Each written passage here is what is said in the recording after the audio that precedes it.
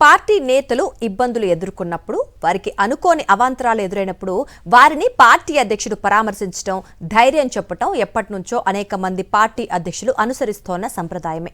అదే పని మాజీ ముఖ్యమంత్రి వైఎస్ జగన్మోహన్ రెడ్డి చేశారు. మాజీ మంత్రి, విద్యావంతుడు డాక్టర్ సీదిరి అప్పలరాజుపై అక్రమ కేసులు పెట్టి ఆయన్ను జైలు పాలు చేయడంతో ములాఖత్ ద్వారా ఆయన్ను కలుసుకుని ధైర్యం చెప్పాలని శ్రీకాకుళం వెళ్లారు వైఎస్ జగన్మోహన్ రెడ్డి. అది సీఎం చంద్రబాబుకు నచ్చలేదు. జగన్ శ్రీకాకుళం జిల్లా పర్యటనకు అనేక అవాంతరాలు సృష్టించారు, తప్పుడు ఆరోపణలు చేయించారు. జగన్ పర్యటన ఫెయిల్ అయిందని, ప్రజలు రాలేదని చెప్పడానికి గాను నానా కుట్రలు పన్నారు. అయితే ఆ కుట్రలేవి ఫలించలేదు. అన్ని వర్గాల ప్రజలు అంచనాలకు మించి జగన్ పర్యటనకు పోటెత్తడంతో కూటమి నేతల గొంతులో పచ్చి వెలక్కాయ పడ్డట్టయింది. చంద్రబాబు మార్క్ రెడ్ బుక్ అరాచకాలపై ప్రముఖ జర్నలిస్ట్ కొమ్మినేని శ్రీనివాసరావు కామెంట్ చూద్దాం. వైఎస్ఆర్ కాంగ్రెస్ అధినేత జగన్మోహన్ రెడ్డి ఇటీవలి కాలంలో ఏపీలో ఏ ప్రాంతానికి వెళ్లినా అశేష జనం తరలివచ్చి స్వాగతం చెబుతున్న తీరు సహజంగానే టీడీపీ, జనసేన, బీజేపీ కూటమి నాయకులకు ఆందోళన కలిగిస్తుంది. శ్రీకాకుళంలోని అంపోల్ జైల్లో ఉన్న మాజీ మంత్రి సీదిరి అప్పలరాజును పరామర్శించడానికి జగన్ వెళ్లారు. ఈ టూర్ను రెండు రకాలుగా చూడాల్సి ఉంటుంది. ఒకటి, ఉత్తరాంధ్రలో ప్రజల అభిమానం చూరగొనడం ఒక ఎత్తైతే, అప్పలరాజు కుటుంబాన్ని అలాగే ప్రభుత్వాన్ని ప్రశ్నించే గొంతులను అణచివేయడానికి చంద్రబాబు ప్రభుత్వం చేస్తున్న ప్రయత్నాలను ఆయన వివరించిన వైనం మరో ఎత్తుగా ఉంది. విశాఖ వరకు విమానంలో వెళ్ళి అక్కడి నుంచి రోడ్డు మార్గాన వాహనంలో జగన్ ప్రయాణం చేశారు.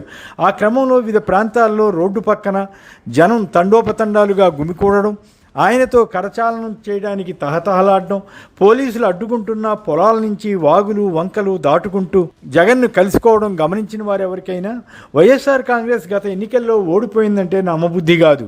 ప్రముఖ మేధావి పరకాల ప్రభాకర్ వెల్లడించేసినట్లు గత ఎన్నికల్లో 50 లక్షల ఓట్ల గోల్మాల్ తతంగం ఏదో జరిగి ఉండాలని చాలామంది విశ్వసిస్తున్నారు. జగన్ ప్రభుత్వం జనానికి మేలు చేయకపోతే ఈ స్థాయిలో వివిధ వర్గాల వారు, ముఖ్యంగా పేద మధ్యతరగతి ప్రజలు తరలి రారు. అంతేగాక కూటమి ప్రభుత్వం చేసిన వాగ్దానాలను అరాకొరాగా మాత్రమే అమలు చేసి అనేక హామీలను ఎగవేసిన వైనం, రాష్ట్రంలో శాంతి భద్రతల పరిస్థితి బాగా క్షీణించడం, రెడ్ బుక్ పేరుతో అరాచక పాలన సాగిస్తుండడం వంటివి కూడా ప్రజలపై బాగా ప్రభావం చూపుతున్నట్లు అనిపిస్తుంది. అందుకే కూటమిపై వ్యతిరేకత ఏర్పడుతోంది. ఈ నేపథ్యంలో జగన్ కోసం జనం అంత పెద్ద ఎత్తున తరలివచ్చారనుకోవాలి. విశాఖ ఎయిర్పోర్ట్ మొదలు ఆయా చోట్ల ఆయనను నిలిపి తమ సమస్యలను విన్నవించారు. ప్రజలు పెద్ద ఎత్తున వస్తుండడంతో ఆయన వాహనం దిగి వారికి అభివాదం చేస్తూ ముందుకు సాగాల్సి వచ్చింది. భోగాపురం విమానాశ్రయం వద్ద థ్యాంక్ యూ జగన్ సార్ అంటూ కొంతమంది ప్లకార్డులు ప్రదర్శించారు. భోగాపురం ఎయిర్పోర్ట్ నిర్మాణానికి జగన్ చేసిన కృషిని వారు గుర్తు చేసుకున్నారు. కొన్ని చోట్ల దివ్యాంగులు వచ్చి తమ గోడు వెళ్లబోసుకున్నారు. జగన్ టూర్లో జనం లేకుండా చేయాలని పోలీసులు విశ్వయత్నం చేయకపోలేదు. అనేక చోట్ల రోడ్లపైకి రానివ్వకుండా, ఆయన్ని కలుసుకొనివ్వకుండా జనాన్ని తాళ్లతో నెట్టివేయడం వంటివి చేశారు. అయినా అభిమానులు వాటన్నింటినీ తోసుకుంటూ జగన్ వెంట పరుగులు తీశారంటే అతిశయోక్తి కాదు. కూటమి ప్రభుత్వంపై ప్రజల్లో కలిగిన విరక్తికి ఇది దర్పణం పడుతోందన్న విశ్లేషణలు వస్తున్నాయి. జనం ఒత్తిడితో నిర్ణీత టైం కన్నా జగన్ ఆలస్యంగా జైలు వద్దకు చేరుకోవడంతో అప్పలరాజుతో ములాఖత్ కాలేకపోయారు. కానీ ఆయన కుటుంబ సభ్యులను పరామర్శించి జగన్ ధైర్యం చెప్పి వచ్చారు. వారితో కలిసి మీడియాతో మాట్లాడారు. మరో కోణం చూస్తే అప్పలరాజు మాజీ మంత్రి, ఆయన మత్స్యకార వర్గానికి చెందినవారు. ఆయా అంశాలపై చక్కని క్లారిటీతో మాట్లాడుతుంటారు. ప్రభుత్వంపై విమర్శలు చేస్తుంటారు. ఎవరైతే సమర్థంగా వైసీపీ పక్షాన పనిచేస్తుంటారో వారి గొంతు నొక్కడానికి కూటమి ప్రభుత్వం గత 2 ఏళ్లుగా రకరకాల కుట్రలు చేస్తున్న విషయం అందరికీ తెలిసిందే. ఏ చిన్న అవకాశం వచ్చినా వైసీపీ మద్దతుదారులను జైళ్లలోకి పంపిస్తున్నారు. అయినా వారు వెనక్కి తగ్గకపోవడం కూటమి ప్రభుత్వానికి ఆందోళనగా మారింది. అప్పలరాజు కుమారుడు ఆరవ్ బైక్ నడుపుతున్నప్పుడు ఒక రోడ్డు ప్రమాదం జరిగింది. దాని కారణంగా గొర్రెల కాపరి ఒకరు మరణించారు. అది దురదృష్టకర ఘటన. అంతవరకు కేసు పెట్టడాన్ని జగన్ తప్పుపట్టలేదు. కానీ ఆరవ్పై హత్య కేసు బనాయించడాన్ని జగన్ జీర్ణించుకోలేకపోయారు. ఆయన కొద్ది రోజుల క్రితం విశాఖ వచ్చినప్పుడు కూడా ఈ అంశంపై తప్పుపట్టారు. ఇక అప్పలరాజుపై సాక్ష్యాలు తారుమారు చేస్తున్నారంటూ కేసు పెట్టి జైల్లో నిర్బంధించారు. ఆరవ్కు బెయిల్ వచ్చింది కానీ ఇంకా అప్పలరాజు జైల్లోనే ఉన్నారు. ఈ సందర్భంగా బాధిత కుటుంబాన్ని ఆదుకోవడానికి అప్పలరాజు చేసిన ప్రయత్నాలను కూడా జగన్ వివరించారు. ఈ కేసును కుల వివాదంగా చంద్రబాబు ప్రభుత్వం మార్చడానికి చేసిన ప్రయత్నాన్ని జగన్ తీవ్రంగా ఖండించారు. ఇదంతా చంద్రబాబు దుర్మార్గపు ఆలోచనకు ప్రతిబింబమని ఆయన మండిపడ్డారు. మరణించిన వ్యక్తి యాదవ్ వర్గానికి చెందినవారు కనుక అదే వర్గానికి చెందిన మంత్రి పార్థసారని పలాస పంపించి ర్యాలీలు చేయించడాన్ని జగన్ ఆక్షేపించారు. పోనీ యాదవుల పట్ల ప్రభుత్వం ఏమైనా సానుకూలంగా ఉందా అంటే ప్రకాశం జిల్లాలో ఒక కేసులో ఫిర్యాదు చేసిన యాదవులపైనే కూటమి ప్రభుత్వం ఎదురు కేసు పెట్టిన ఘటనను ఉదహరించారు. అంతేకాక విశాఖలో వైసీపీ యాదవ మహిళకు మేయర్ పదవి ఇస్తే ఆమెను పదవి నుంచి దించేశారని జగన్ విమర్శించారు. రోడ్డు ప్రమాద ఘటనలన్నింటిలోనూ ఒకే రకంగా వ్యవహరిస్తున్నారా అని జగన్ వేసిన ప్రశ్న సమంజసంగానే ఉంది.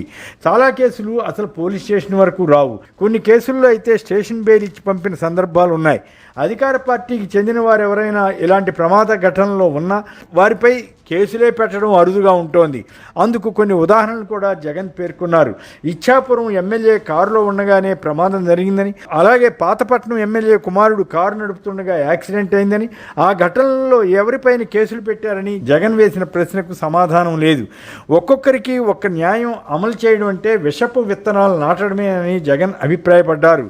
రాష్ట్ర వ్యాప్తంగా పలు హింసాత్మక ఘటనలు జరిగిన వాటిలో టీడీపీ వారు నిందితులుగా ఉంటే తూతూ మంత్రంగా కేసులు పెట్టడం చేస్తున్నారు, లేదా అసలు కేసులే పెట్టడం లేదు. జనసేనకు చెందిన వారు పోలీస్ స్టేషన్లపై వరుసగా 4 రోజుల పాటు దాడులు చేసినా కేసులు లేకపోవడాన్ని ప్రజలంతా గమనించారు. అప్పలరాజును పరామర్శించడానికి జగన్ వెళ్లడాన్ని చంద్రబాబు తప్పుపట్టారు. చిత్రం ఏమిటంటే తాను ప్రతిపక్షంలో ఉన్నప్పుడు చంద్రబాబు ఆయా కేసుల్లో నిందితులను పరామర్శించడానికి వెళ్ళారు. ఆయన పార్టీ నేతలు కూడా అలాగే వెళ్ళారు. ఇక తనపై ఉన్న కేసుల్లో సాక్షులను మేనేజ్ చేసి వారితోనే కేసులను ఉపసంహరించేలా చేస్తున్నారని చంద్రబాబుపై వైసీపీ విమర్శ చేస్తోంది.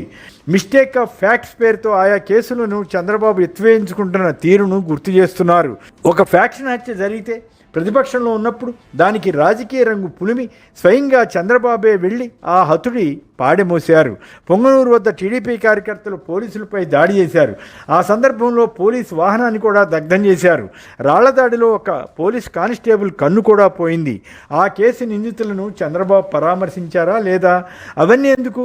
చంద్రబాబు పైనే 2 హత్యాయత్నం కేసులు నమోదయ్యి ఉన్నాయి కదా, అలాగే మరికొన్ని క్రిమినల్ కేసులు ఉన్నాయే, వాటి గురించి ఎందుకు మాట్లాడరు? గతంలో గౌరు వెంకటరెడ్డి అనే నేత కాంగ్రెస్లో ఉండేవారు. ఆయనకు ఒక కేసులో శిక్ష పడి జైల్లో ఉన్నప్పుడు వైఎస్ రాజశేఖర రెడ్డి పరామర్శకు వెళితే అప్పుడు కూడా చంద్రబాబు విమర్శలు చేశారు. ఆ తర్వాత కాలంలో గౌరు వెంకటరెడ్డి చరిత దంపతులను టీడీపీలో చేర్చుకుని చరితకు టీడీపీ ఎమ్మెల్యే టికెట్ కూడా ఇచ్చారు. అలా ఉంటుంది ఆయన రాజకీయం. చంద్రబాబు ఏమి చేసినా రైటు, ప్రత్యర్థులు ఏమి చేసినా తప్పు అన్నట్లుగా వ్యవహరిస్తుంటారు. ఇదంతా ఏమిటంటే మీడియా మేనేజ్మెంట్ తనకు తెలిసినంతగా మరెవరికీ తెలియదు అన్నదే ఆయన నమ్మకం కాబట్టి అని అనుకోవాలి. సమయం అయిపోయిందని జైల్లో ఉన్న అప్పలరాజును జగన్ కలుసుకునేందుకు అధికారులు అవకాశం ఇవ్వలేదు. ఒక మాజీ ముఖ్యమంత్రి స్వయంగా వెళితే ప్రభుత్వం కొంత బ్రాడ్ మైండ్తో అప్పలరాజుతో ములాఖత్కు అవకాశం ఇచ్చి ఉంటే హుందాగా ఉండేది. రెడ్ బుక్ రాజ్యాంగం అమలు చేస్తున్న ప్రభుత్వం నుంచి అలాంటివి ఆశించడం అత్యాశ అవుతుందేమో. మరిన్ని అప్డేట్స్ కోసం ఛానల్ను సబ్స్క్రైబ్ చేయండి. నోటిఫికేషన్స్ కోసం బెల్ ఐకాన్ పై క్లిక్ చేయండి.